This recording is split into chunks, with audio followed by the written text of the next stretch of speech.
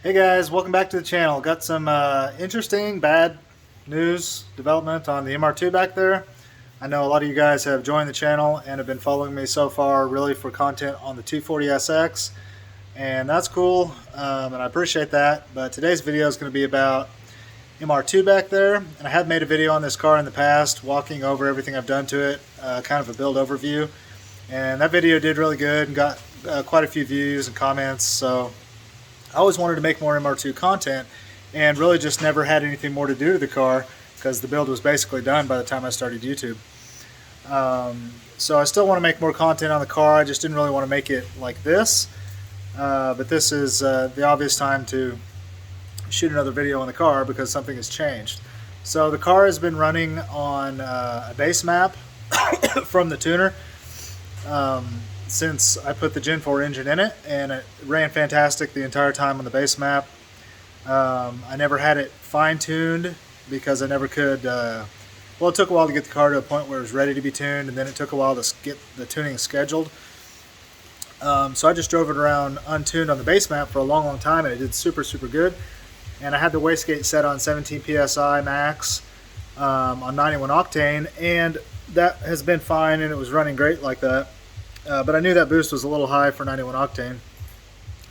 But it seemed to be running good, so I didn't really worry about it. So I went ahead and scheduled the tuning appointment with ATS Racing, Scott over there at ATS Racing, and he was really good to work with. I enjoyed our tuning experience, how much of it we had, which was not much, but anyway, had a good experience until we had to stop. So bottom line is we got all the base settings, or or should I say the idle tuning done, and whatever base settings he wanted to set up there. He got all that done. And then it was time to go take the car on the road and do some road logging and some full throttle runs out on the highway. And I had my phone set as a hotspot, and me and him were talking on the phone at the same time, and my laptop was connected to the hotspot, and he was dialed in through TeamViewer on the laptop watching the data live. And so he said, okay, it's time to go out on the highway and do a full throttle run.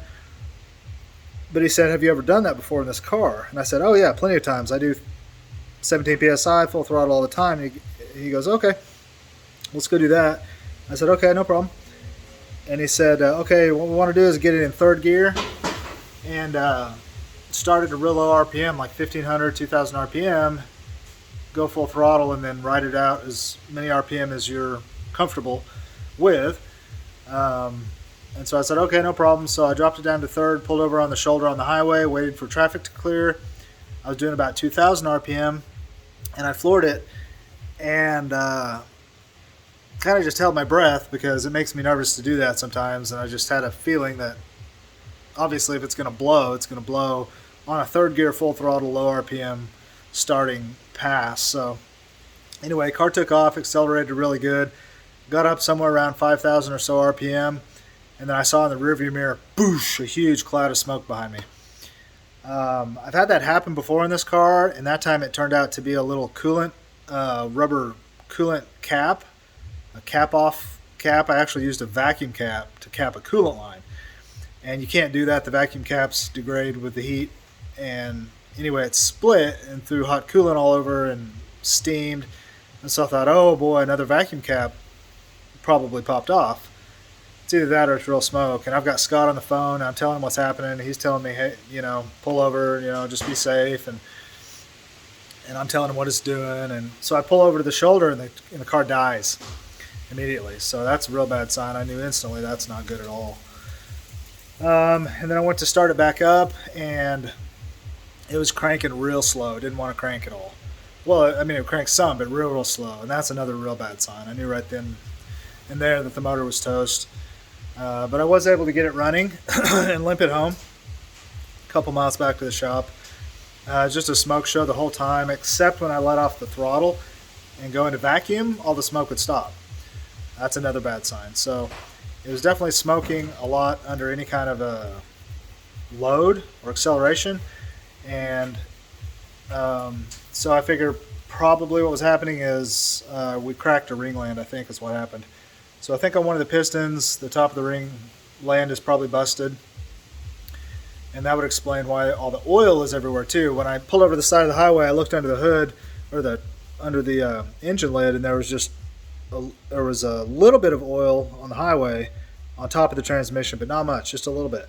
But when I got home, a couple miles drive home, there was a ton of oil all over the transmission, and there was oil all over the engine bay. It looked like a quart of oil spewing everywhere. It was a lot of oil. So I think what's happening is we broke a piston because I was running too much boost at such a low RPM. The torque was just too much, and it may have detonated at that time too. And it is what it is. That kind of thing happens. I was pushing the limits on boost, and I knew it, and I shouldn't have been doing that. So it's definitely my fault. And it's unfortunate, but it's not really unexpected, I guess. I didn't want it to happen. Nobody does.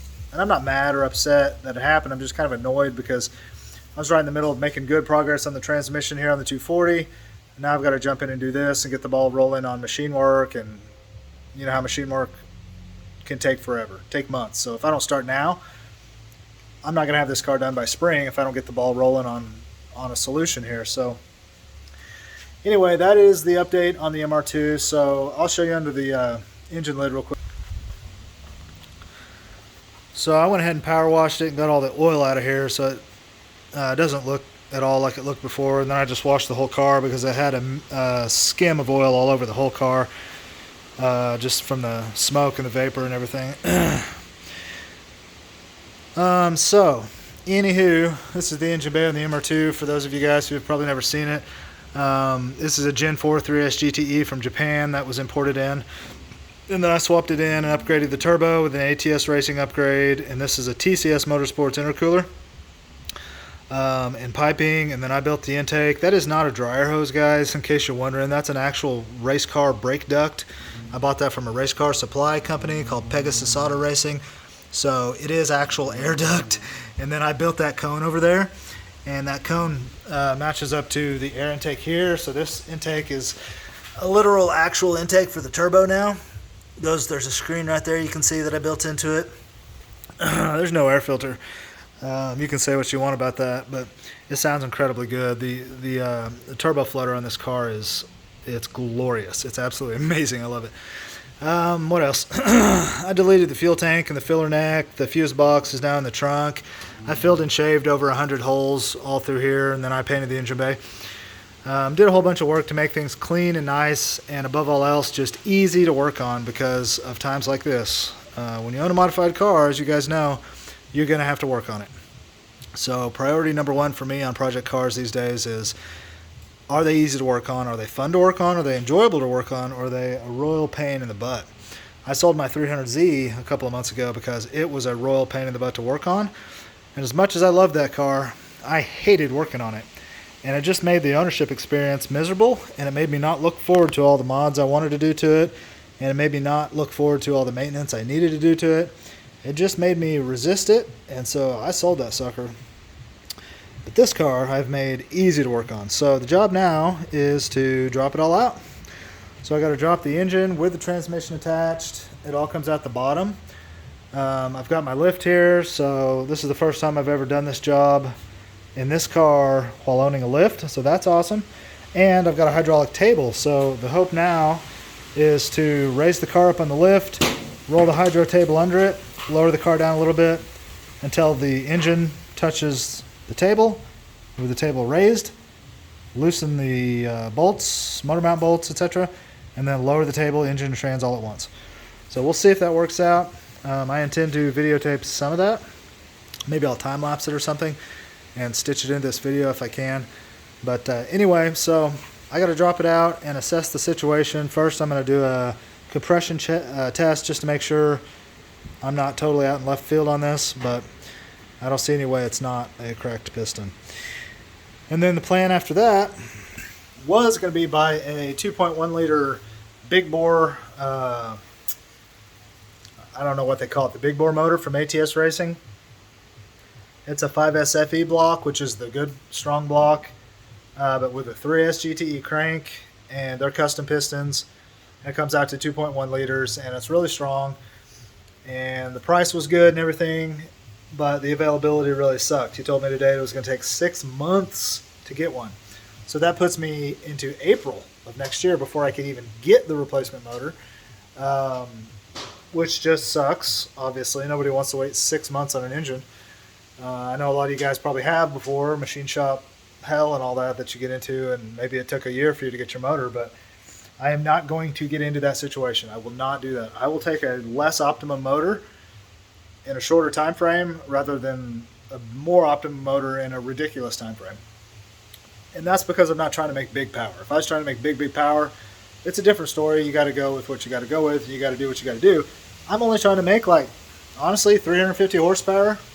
I'd be fine for what I want this car for. And this engine could have done that, would have and should have done that had I not made the mistake that I made. So my options now are basically buy another one of these. I can get them on eBay for $2,500 or less. I could sell all the accessories off of it, the turbo, the ECU, the wiring harness, intake manifold. I could sell everything off of it except, really I could sell everything except the short block if I wanted to, and drop my head on that and all the accessories.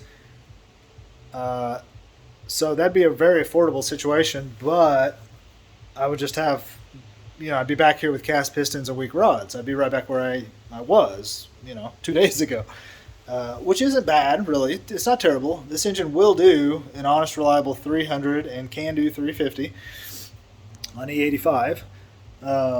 So that wouldn't be bad. It just kind of sucks to go through a lot of that and not end up with an even better motor than you started with. But in some ways, it's the smarter, more responsible thing to do. So I may do that.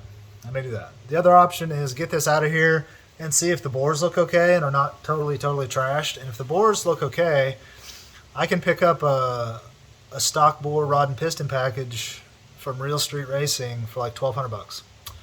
Or I can pick up an oversized kit, the same thing but slightly oversized for the same price. In that case, I would take my block and those parts over to my local machine shop who recently did work for us, for my brother on his Miata build. He did a really good job. He took quite a while to do the work. He took I want to say it was 3 months to get Tony's Miata motor done. I don't like that. I don't want to get in that situation either. So if I do go with him, I would have to pin him down on some time frames. I'd have to really tell him, hey, I need this thing done in like 30 days. Like, what's it going to cost? Can you jam it in? Can you make this happen or not? And really pin him down and make him commit to that. Otherwise, I wouldn't feel good about doing it, because one reason I do everything myself and love to do everything myself is because I like to be in control. I'm like a control freak when it comes to my cars. So I like to be in control of the situation, and control of the timelines, and control of the cost. And as soon as you go into using service providers for different things, you lose control and you go on their timelines and you go on their cost, and things can spiral out of hand. And I always just end up feeling taken advantage of. And man, I hate that feeling. I hate the feeling of being taken advantage of, or used, or abused, or ignored, or not made a priority, or they took their bigger customer and put him in front of you, those kind of games. Absolutely hate that kind of stuff. It just bothers me to no end to be a part of any of those situations. So I try to do every single thing I can do myself so that I can just be in control of the situation, and it just makes me feel good to do that and feel better about it. So if there's any way I can solve this myself without going to a machine shop and dropping my stuff off and saying, call me when it's done, I want to do that. But that leaves me really with the option of replacement engine that's going to have weak pistons and rods, or go to a machine shop. So unless something else develops in the next few days, those are my two options. But as of right now, that's where I'm at with the MR2. Other than that, the car is freaking mint and wonderful. This car's got a brand new paint job. I restored the suspension. I restored the interior. It's on a standalone ECU. It's got 800cc injectors. Flex fuel is all hooked up and ready for E85. Yeah, she's super good, and I've been taking it all over to Cars and Coffees and car shows and cruise nights all summer, and really enjoyed this car this year. So I'm glad this happened at the very end of the season, because I'm not going to miss any car show action. But anyway, that's where I'm at. I don't know if I'm going to stitch any time-lapse stuff into this video or make a separate video. This one's already 15 minutes long, so I think I'll just kick it off here, and I'll make a separate video showing what we find on this and showing the motor come out and the teardown of the motor. And that'll be probably just a video on its own. So if you have any questions or suggestions, or if you happen to have an ATS Racing built 3S GTE or 5S GTE that you no longer want, or is sitting in your garage and you never used it, I know that's a long shot, but you never know what might be out there sitting around. Message me if you have something like that. Maybe we can work out a deal. Anyway, guys, if you have questions, ask me down below. Otherwise, please consider subscribing. We just crossed 500 subscribers yesterday, which I'm really excited about. Next stop is 1,000. Once I get to 1,000, I can make posts on YouTube. I can run ads, which I'm not excited about ads, but anyway, 1,000's the next threshold. But appreciate you guys, each and every one of you, and I will see you on the next one.